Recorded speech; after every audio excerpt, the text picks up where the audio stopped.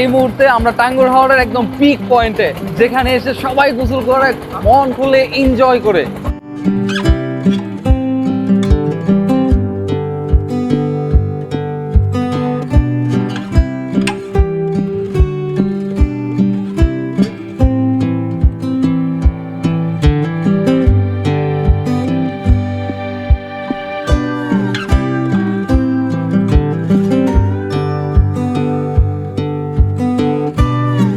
আমরা পুরো টিম যাচ্ছি সুনামগঞ্জ টাঙ্গুয়ার হাওরে।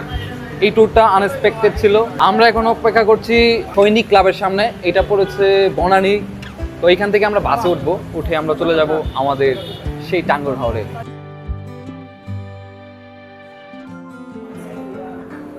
এখন রাত বাজে 3:22। ত্রিশাল একটি লোকাল রেস্টুরেন্টে আমরা আছি, এখানে যাত্রা বিরতি। এখন আমরা হচ্ছে পরোটা অর্ডার দিলাম একটা করে, প্লাস ডিম। যেহেতু আমরা সকালে কিছুক্ষণ পরে আসলে নাস্তা করতে যাচ্ছি, তারপরও এই খাবারটা আশা করছি একটা এনার্জি বুস্ট করবে আমাদের রাত্রে। পরোটা ডিম ভাজি এটা একটা আর্ট, ভালো করতে পারলে এই সিম্পল খাবারটা খুব ভালো হয়। যাক, সিম্পল খাবারের মধ্যে বেশ ভালোই লাগছে, একটা লোকাল রেস্টুরেন্ট অনুযায়ী। এই বাস দিয়ে আসছি, দেন আমরা এখন খাবার দাবার কমপ্লিট। এখানে আমরা 1350 টাকার ট্যুর প্যাকেজে এই বাসটি পেয়েছি। স্পেস হচ্ছে এতটুকু। এই মুহূর্তে আমরা বাস থেকে নামলাম, এখান থেকে হাউস বোটে উঠবো। হাউস বোট বলা যায় না, এটাকে একটা লঞ্চ বলা যায়, যেটা দিয়ে আমরা যাবো হচ্ছে টাঙ্গুয়ার হাওর। টাঙ্গুয়ার হাওরের ফিলটা একটু ডিফারেন্ট ওয়েতে নিলাম। এই নেত্রকোনার এই ভিতর দিয়ে আমার সাথে টাঙ্গুয়ার হাওরে আসা হয় না, ওই যে আমাদের কলিগ এখানে আছে। তো এইবার একটু ডিফারেন্ট অ্যাঙ্গেলের ডিফারেন্ট ভিউ নিচ্ছি টাঙ্গুয়ার হাওরের। এর আগে আমার মোটামুটি 3 মান্থের একটা জার্নি আছে, যে এক্সপিরিয়েন্স থেকে আমি বলছি টাঙ্গুয়ার হাওর খুবই সুন্দর, দেখতেও জোস। 7:05 বাজে। এই আমরা কিন্তু এখানে ফজরের পরপরই থাকার কথা। এটা হচ্ছে আমাদের এই মিনি বোট। স্যাটিসফ্যাকশন কাজ করছে।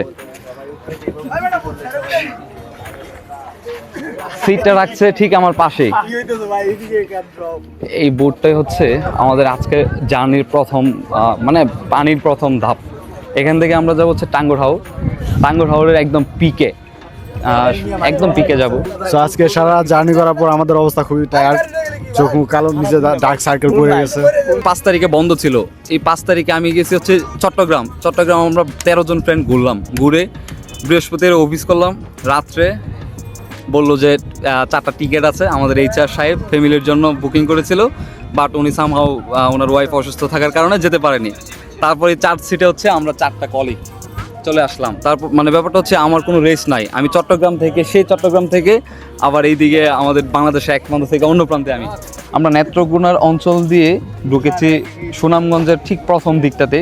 বাসাগঞ্জ বাস স্টেশনই বলতে পারি আমি এখন, বাট এটা একটা ঘাটও বলতে পারি। এখান থেকে আমাদের আজকের বোটটা ছেড়ে চলে যাবে টাঙ্গুয়ার হাওরের দিকে।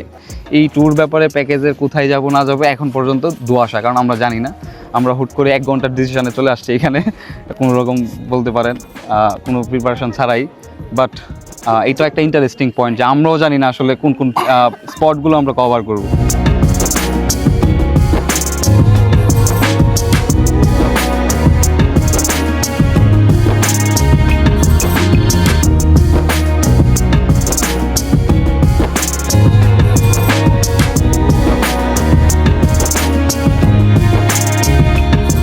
সবাইকে সকালে নাস্তা দিচ্ছে এই বোটে।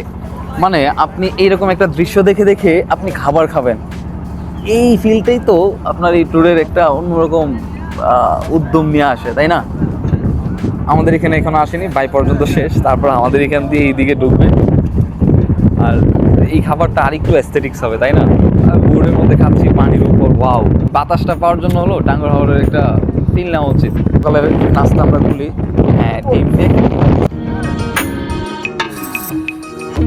সবাই খাচ্ছে, আমি ভিডিও করতেছি কারণ এই ওয়েদারটাতে একটু পরে বৃষ্টি নামবে, তো তখন হয়তো বা এরকম সিচুয়েশন পাবো না।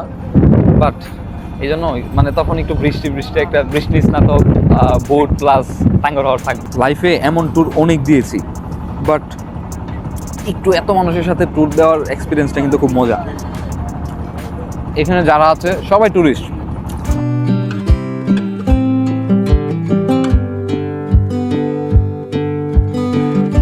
ঠিক 1.5 বছর আগে আমার ইন্টার্নি পারপাসে এই সুনামগঞ্জ এরিয়াতে মানে সিলেট এরিয়াতে প্রায় 3 মাস আমার থাকতে হয়েছিল। তার মধ্যে এই সুনামগঞ্জ আমার 2 মাস থাকতে হয়েছিল এইরকম ভরা বর্ষায়। তখন আমি খুব কাছ থেকে দেখেছিলাম আমাদের এই বাংলাদেশের টাঙ্গুয়ার হাওরটা কতটুকু সুন্দর হতে পারে। ভাই আপনাকে আমি খুঁজছিলাম কারণ আপনাদের ট্যুর গ্রুপের নাম কি এটাই আমি জানি না। কেমন হয়ে গেল না ব্যাপারটা? না না, আমাদের ট্যুর গ্রুপের নাম হলো হ্যাপি ট্রাভেলার্স এইচটিজি। আচ্ছা, ট্যুরের এই যে আজকে যে জার্নি দিচ্ছি আমরা, আমি এখনো জানি না আমরা কোথায় কোথায় যাব। জি, আমি বলি, আমরা এখন সুনামগঞ্জের পানিতে ভাসতেছি। আমরা এখন আমাদের নেক্সট গন্তব্য হলো টাঙ্গুয়ার হাওরের ওয়াচ টাওয়ার। হ্যাঁ, ওয়াচ টাওয়ারে যেয়ে আমরা সবাই গোসল করব। হ্যাঁ। একটা সময় নির্ধারণ করে দেওয়া হবে আপনাদেরকে, দেন আপনারা গোসল করে দেন আবার আপনারা হাউস বোটে চলে আসবেন। দেন আমাদের হাউস বোট একবারে চলে যাবে হলো টেকের ঘাটের উদ্দেশ্যে। টেকের ঘাটে হাউস বোট থাকবে, দেন আপনাদের সবাইকে ওইখান থেকে নামিয়ে দেওয়া হবে। দেন আমরা সবাইকে নিয়ে চলে যাব খাবারের হোটেল। দেন আমরা দুপুরের খাবার শেষ করে দেন আপনারা আপনাদের মতো ঘুরবেন, টাঙ্গুয়ার হাওর উপভোগ করবেন। সেখানে ঘোরার জন্য বাইক রয়েছে, সিএনজি রয়েছে, অটো রয়েছে, অ্যান্ড ওইখানে চান্দের গাড়ি রয়েছে। আপনারা আপনাদের মতো যেটা পছন্দ হয় সেইভাবে আপনারা আপনাদের মতো উপভোগ করতে পারবেন। যাক, ভাইয়ের সাথে কথা বলে ভালোই লাগলো। টাঙ্গুয়ার হাওর এই মুহূর্তে উপভোগ করি আমরা। এই যে এই পাশটাতে যদি আমি বলি, উপরে ঠিক উপরে সূর্য, নিচে পানি, আর আমরা বেশি আছি। টাঙ্গুয়ার হাওরের এই সময়টাতে একদম ভরপুর পানি থাকে। আমরা এখন পিক জোনে আসিনি, যেখানে মোটামুটি বলতে গেলে টাঙ্গুয়ার হাওরের সৌন্দর্য থাকে, গাছ, পানি, একটা ব্যাপারই থাকে আলাদা। ওই স্পটে আমরা খুব শীঘ্রই যাব।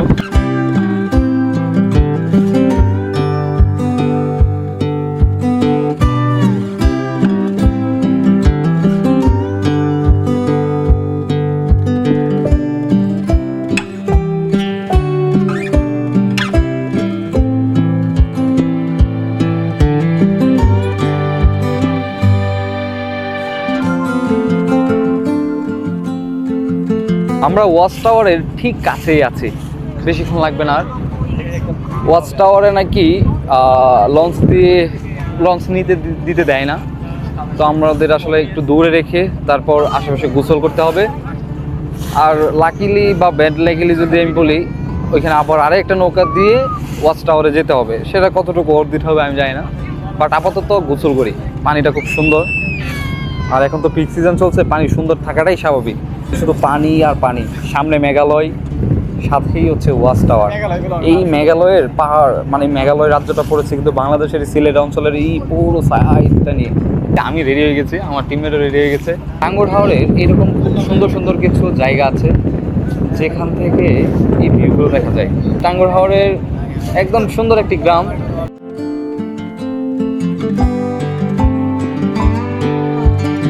এই মুহূর্তে টাঙ্গুয়ার হাওরে আছি, যেখানে সবাই এসে গোসল করে ওয়াচ টাওয়ারের ঠিক পাশেই। এই বোটটা আমরা ভাড়া করেছি, ওইখানে যাব, দেন গোসল করে আবার ফিরবো আমাদের এই বোটে। এই অঞ্চলটা আমার খুব ভালো লাগে। পানিতে ডুবা তো, গতকালকে ঝর্ণায় ডুবছে, আজকে টাঙ্গুয়ার হাওরের এই যদি দেখায় কি সুন্দর রিল্যাক্সে গোসল করছে সবাই। আমরা যাব একদম ওই পিন পয়েন্টে।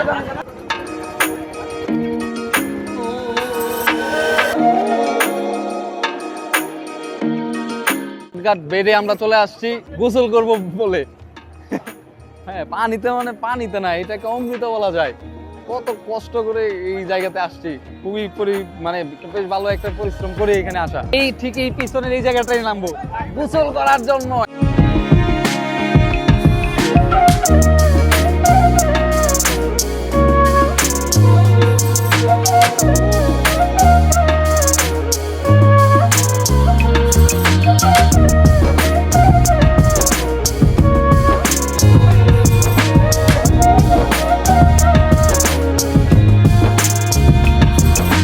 টাওয়ার থেকে গোসল করে এখন আমরা যাচ্ছি টেকের ঘাট।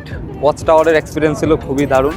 50 টাকা করে বুট ভাড়া করতে হয়েছে আমাদের জনপ্রতি 6 জনে। আমরা গিয়ে ওইখানে 30 মিনিটের মতো সময় পেয়েছিলাম গোসল করার জন্য। দেন আমরা এখান থেকে দুপুরে লাঞ্চের জন্য চলে যাচ্ছি। ঠিক পেছনেই আমার টেকের ঘাট, ওইখানে লাঞ্চ করে মোটামুটি একটা এনার্জি নিয়ে একটু রেস্ট নিয়ে তারপর আমরা আবার ব্যাক করব। আমি মনে করি টাঙ্গুয়ার হাওর আসার থেকে বেশি পরিশ্রম বা কঠিন হচ্ছে পানিতে নামার পর আবার বুটে ওঠা। এটা ওঠাটা কত প্যারা, এটা যারা এখানে পানিতে নেমেছে তারাই ভালো জানে। তো এখন আমরা লাঞ্চের জন্য যাচ্ছি মোটামুটি একটা এনার্জি নিয়ে, তারপর আমরা আবার রওনা দিব। আজকের এই ট্যুর বাজেটের মধ্যে ছিল সবচেয়ে ভালো একটি ট্যুর। আমি যদি দেখাই, একদম মেঘালয়ের খুব কাছে আছি, খুব খুব ক্লোজলি চলে আসছি। আজকের এক্সপেকটেশন ছিল বৃষ্টি আসবে, বাট আমরা কি পেলাম? হাহা, সেই না, আমি একটু প্রিপেয়ারই ছিলাম যে বৃষ্টি আসবে, ওইভাবেই আমি এগিয়েছিলাম এই ট্যুরের জন্য। বাট সামহাও আমরা সকাল পর্যন্ত বৃষ্টি পাইছি, সকালের পর কড়া রোদ। মানে এটা আমি বলতে পারি যে টাঙ্গুয়ার বা ওই সুনামগঞ্জের অঞ্চলটা একটু অন্যরকম আর কি, যে কখন বৃষ্টি কখন রোদ কি আর সেটা বলা যায় না। এই হাঁটতেছি বা ঘুরতেছি, হঠাৎ করে আবার বৃষ্টি চলে আসতে পারে। এই অঞ্চলটা একটু এরকম হয় আর কি।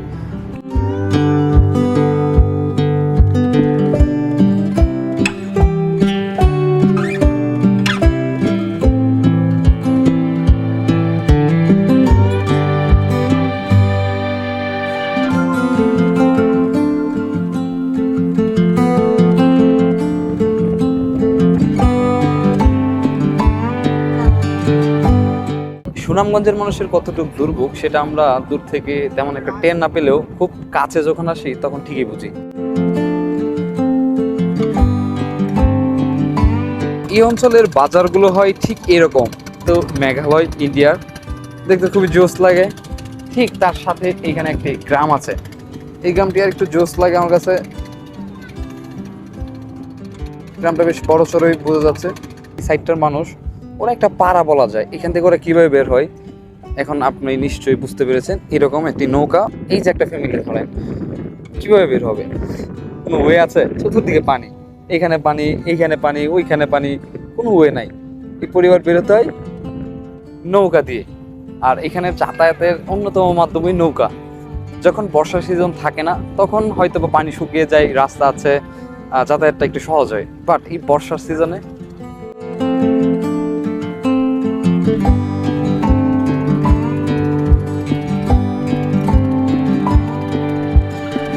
ইন্টারেস্টিং ফ্যাক্ট হচ্ছে এই অঞ্চলে কারেন্ট আছে। কারেন্ট আবার সব ঘর বাড়িতে আছে, এইটা একটু মুশকিল, বাট লাইন আছে।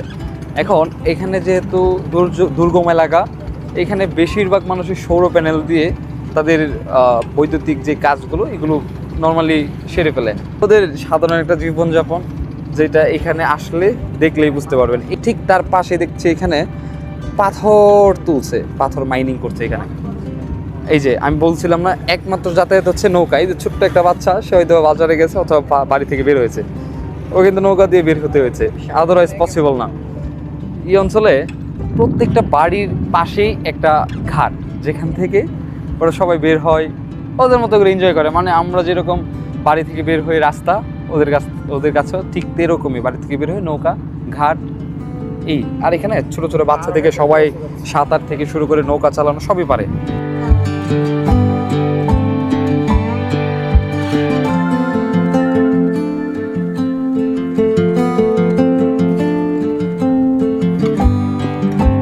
এই সিলেট বিভাগের আশেপাশের যে অঞ্চলগুলো আমাদের ইন্ডিয়ার সাথে সংযুক্ত, সব দিক দিয়েই পাহাড় ইন্ডিয়াতে, আর বাংলাদেশের সেই পাহাড়ের গুলো থেকে শুরু।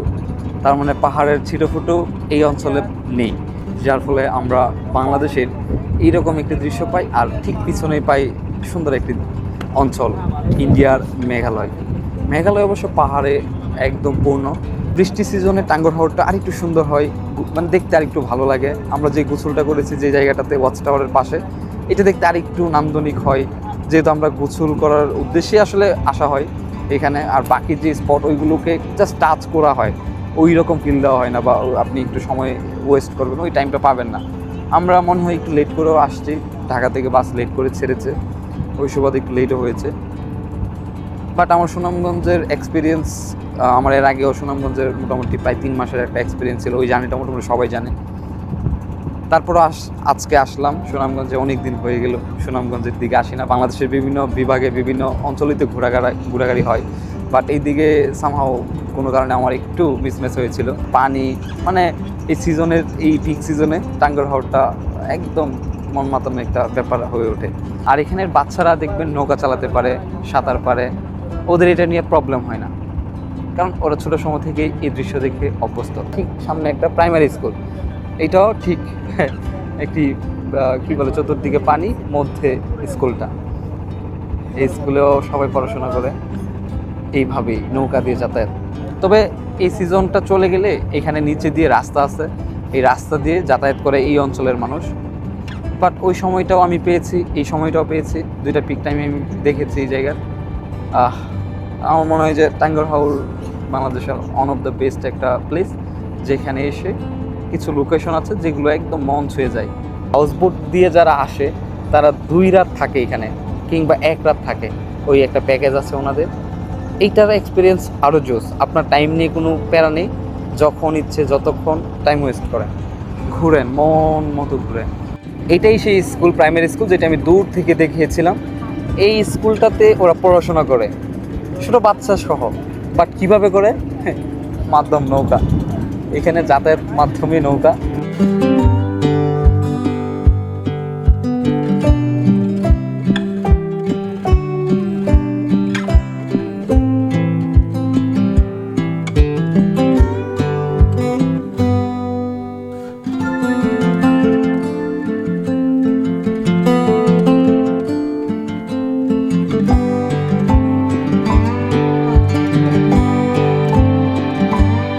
ফাইনালি আমরা টেকের ঘাট চলে আসছি দুপুরে লাঞ্চের জন্য। এখন বাজে 12টা 13। এই 3 ঘন্টা আমরা কিভাবে কাজে লাগাতে পারি, এইটা নিয়ে একটা রুট ম্যাপ লাগবে। কী কী ঘুরতে পারি হাতের নাগালের মধ্যে।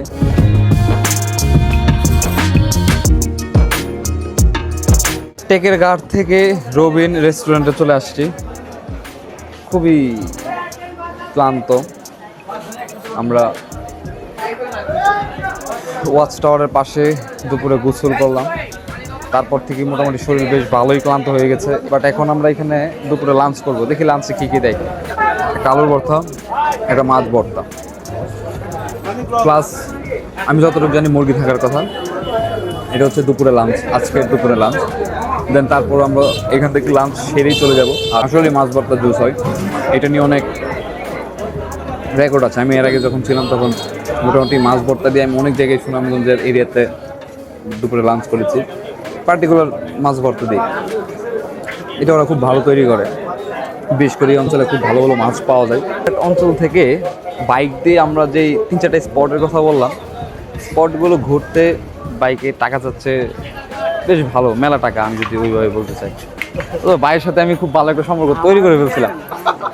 বাইক কী করলো না, ভাই বাইরের জায়গায় আটকে গেল না, আমি আসলে ডিসঅ্যাপয়েন্টেড। সাকিব ভাই কি করবেন, চলে যাই আমরা। ফাইনালি আমরা টেকের ঘাট থেকে 2টা বাইক নিয়ে বেরোচ্ছি। স্পট 4-5টা। এই স্পটগুলো বাইক দিয়ে ঘোরার একমাত্র কারণ হচ্ছে টাইম মোটামুটি বেশ ভালোই কম লাগে, প্লাস এই অঞ্চলটাতে বাইক দিয়ে ঘোরার মজা একটু ডিফারেন্ট। মানে এখানে অটো দিয়ে ঘোরার কোনো মজা নাই, ঘোরার মজাটাই হচ্ছে বাইক দিয়ে। সর্বশেষ ভাইদের সাথে, বিশেষ করে এই যে পিছনের ভাইটার সাথে মোলামুলি করে কাহিনী করে 500 করে উনি বললাম যে 50 টাকা কম নেন অ্যাটলিস্ট 2 জনের কাছ থেকে মিলিয়ে। না, উনি ওইটাও করবে না।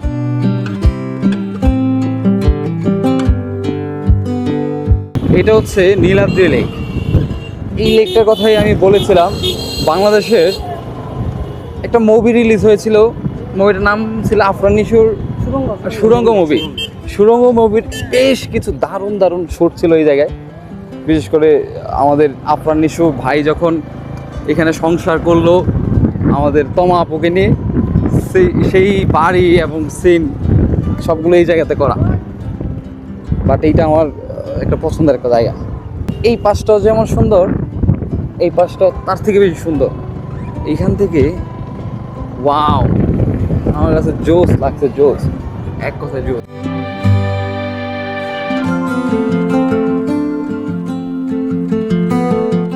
বাংলাদেশের টুরিস্ট স্পট যত জায়গা আছে সবগুলো জায়গা যদি আরেকটু পরিবেশ বান্ধব করা যেত, এই সেক্টরটা যে কত দূরে এগোতে এই 2026 সালে এসে।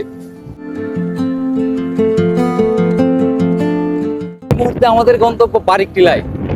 বারিকটিলাই ভালোই সুন্দর আছে। ও আসলে সুন্দর আছে।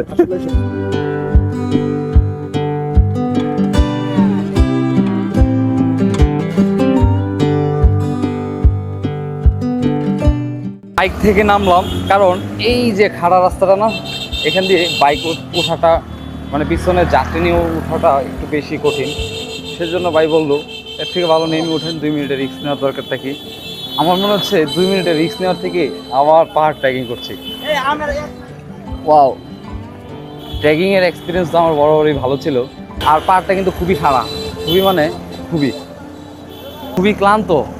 লাস্ট 2-1 দিন ট্রেকিং করে এখন আবার ট্রেকিং করছি ভাই। পা কাজ করলে তো মন কাজ করে না, মন কাজ করলে শরীর কাজ করে না।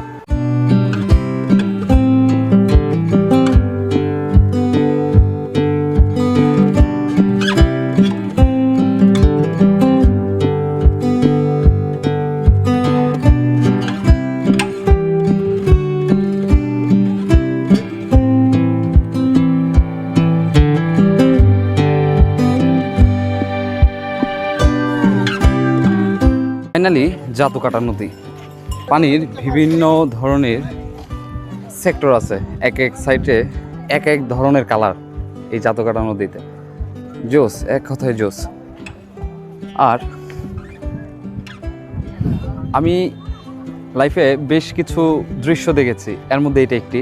যেহেতু বাংলাদেশের মধ্যে এই টিলা, এটা পুরোপুরি পাহাড় বলা যায় না, কারণ পাহাড় হচ্ছে এই মেঘালয়ের এই অঞ্চলটা পুরোটা পাহাড়। প্লাস বাংলাদেশের মধ্যে এই পাহাড়গুলো পড়েছে, ছোটো ছোটো কিছু পাহাড় আছে এই দিক দিয়ে, আবার ওইখানে সীমান্ত দেখা যাচ্ছে, তার মানে এটা বাংলাদেশের না, ইন্ডিয়ার। তো এই সব কিছু মিলে এই জায়গাটা আসলেই জোস। বাট সূর্যের তাপ এত বেশি, যার ফলে একটু বেশি গরম। বাট এই জায়গাটা এত বেশি সুন্দর, আমি মুগ্ধ, আমি বিমোহিত এই জায়গা দেখে।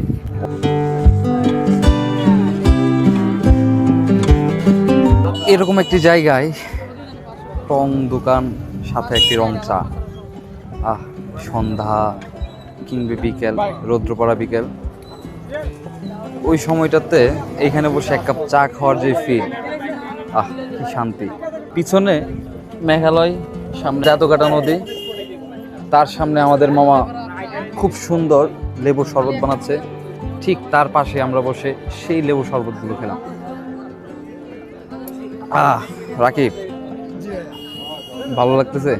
আমার কাছে আজকের দিনটা একটা মুহূর্ত হয়ে দাঁড়াবে। এরকম একটা দৃশ্য প্রথমবার দেখলে এরকম হওয়াটাই, এরকম এক্সাইটমেন্ট হওয়াটাই স্বাভাবিক। বাট আমার এখানে ফিলটা অন্যরকম। 1 কাপ চা, কি সুন্দর। সবাই ফটোশুট নিয়ে ব্যস্ত, বাট আমি ব্যস্ত এই জায়গাটার প্রেমে পড়ে গেছি। এক কথায় জায়গাটা নিয়ে আমি বেশ স্যাটিসফাই। এত কষ্ট করার পর সবার আগে ছবি সবগুলো তোলা শেষ করে এখন বক্তব্য দিতেছি। আমি আসলে কোনো ছবি ওইভাবে তুলিনি, দুইটা বা একটা ছবি তুলছি। আর এই যে আল্লাহর বান্দা বেশ ভালো পরিমাণ ছবি তুলছে। বাট এই জায়গার প্রেমটা, ওই যে একটা ঝর্ণা দেখা যাচ্ছে, এটা অবশ্যই ইন্ডিয়ার। প্লাস ওই দিকে মেঘালয়ের সবচেয়ে ভয়ঙ্কর কিছু দৃশ্য আছে যেগুলো দেখার মতো। জাতুকাটা থেকে আমরা যাব হচ্ছে বারিকা টিলার এই পাশ হয়ে আমরা আস্তে আস্তে যেতে থাকবো। বাট সবচেয়ে সুন্দর দৃশ্যের মধ্যে এটি একটি। বারিক টিলা জাতুকাটা পেরিয়ে এখন আসলাম সাদা পাথর। এখন ইন্টারেস্টিং পয়েন্ট, সাদা পাথর কেন জানেন? এখানে কিছু সাদা পাথর রাখা আছে অলরেডি। এগুলো কি কেউ রেখেছে নাম দেওয়ার জন্য, নাকি আসলে এখান থেকে সাদা পাথর উত্তোলন করা হয়েছে? এই ব্যাপারটা আমি আসলে শিওর না। বাট দেখা যাচ্ছে ইন্ডিয়া থেকে কিছু পানি আসছে অলরেডি, সেই পানিতে সবাই টুকটাক মুখ ধুচ্ছে কিংবা ফ্রেশ হচ্ছে। আমরা বারিকা টিলা প্লাস জাতুকাটা নদী পেরিয়ে আসলাম আমাদের সাদা পাথর সেই জায়গাটাতে। এখানে ছোট্ট একটি ঝর্ণা আছে। এই অঞ্চলটা আমার কাছে মনে হচ্ছে যে না, বেশ ভালো। তবে আজকে আমি খুবই মানে এই যে দেখেন মাথার উপর সূর্য, ভাই তাপ এত ভয়ঙ্কর লেভেলে, শরীর পুড়ে যাচ্ছে। আমার ফেস এই সাইড পুরোটা ডিস্ট হয়ে গেছে অলরেডি। জমা রাখে বৃষ্টির সিজনে সেই মেঘালয়ের কিছু ঝর্ণা বাংলাদেশে এসে কিছুটা ঝর্ণা আবার তৈরি করে।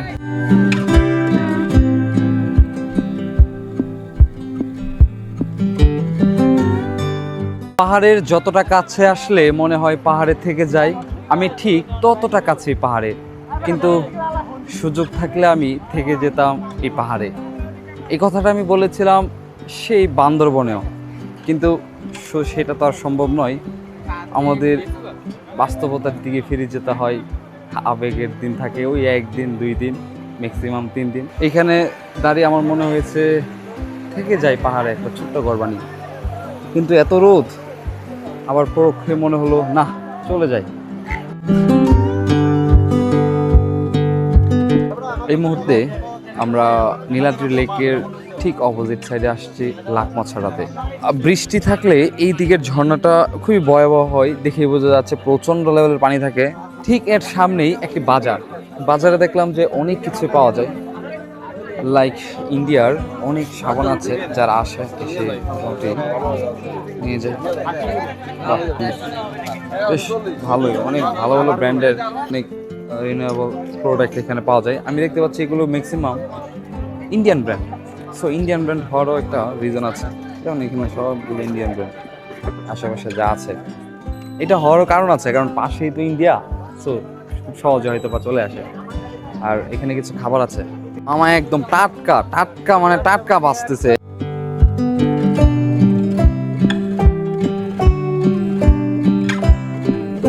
তাও আছে খুব সুন্দর সুন্দর কচি কচি। আর আজকে যে গরম ভাই, আমি এমনিতেই খুবই ক্লান্ত। আচ্ছা দেখি তো আখের রস কত করে আজকে? আখের রস মামা, আখের রস কত করে? গ্লাস 30 টাকা করে। যে রোদ পড়ছে, 1 গ্লাস 30 টাকা করে আখের রস। এত গরম পড়ছে, গরমে আমি টিকতে পারতেছি না। আমার মনে হচ্ছে যে ঠান্ডা কিছু খাওয়া উচিত। এখন আখের রস, মামা আখের রস দেন 2টা। সুনামগঞ্জের টাঙ্গুয়ার হাওরের এই ট্যুরটি ছিল এক অসাধারণ অনুভূতি। এই ডিফারেন্ট রুট দিয়ে এর আগে আমি কখনোই এই টাঙ্গুয়ার হাওরে আসিনি। এটা ছিল আমার লাইফের প্রথম ডিফারেন্ট অ্যাঙ্গেলের একই জায়গাতে আসা। আমার কাছে খুবই ভালো লেগেছে। আজকে এই টাঙ্গুয়ার হাওর ছেড়ে ফাইনালি চলে যাচ্ছি ঢাকাতে। ঢাকার উদ্দেশ্যে আমাদের এই লঞ্চটি ছুটে চলেছে। সো নতুন একটি ভিডিওতে দেখা হচ্ছে আপনাদের সাথে নতুন কোনো একটি জায়গাতে। ততক্ষণ পর্যন্ত ভালো থাকুন, ভালো রাখুন। আল্লাহ হাফেজ।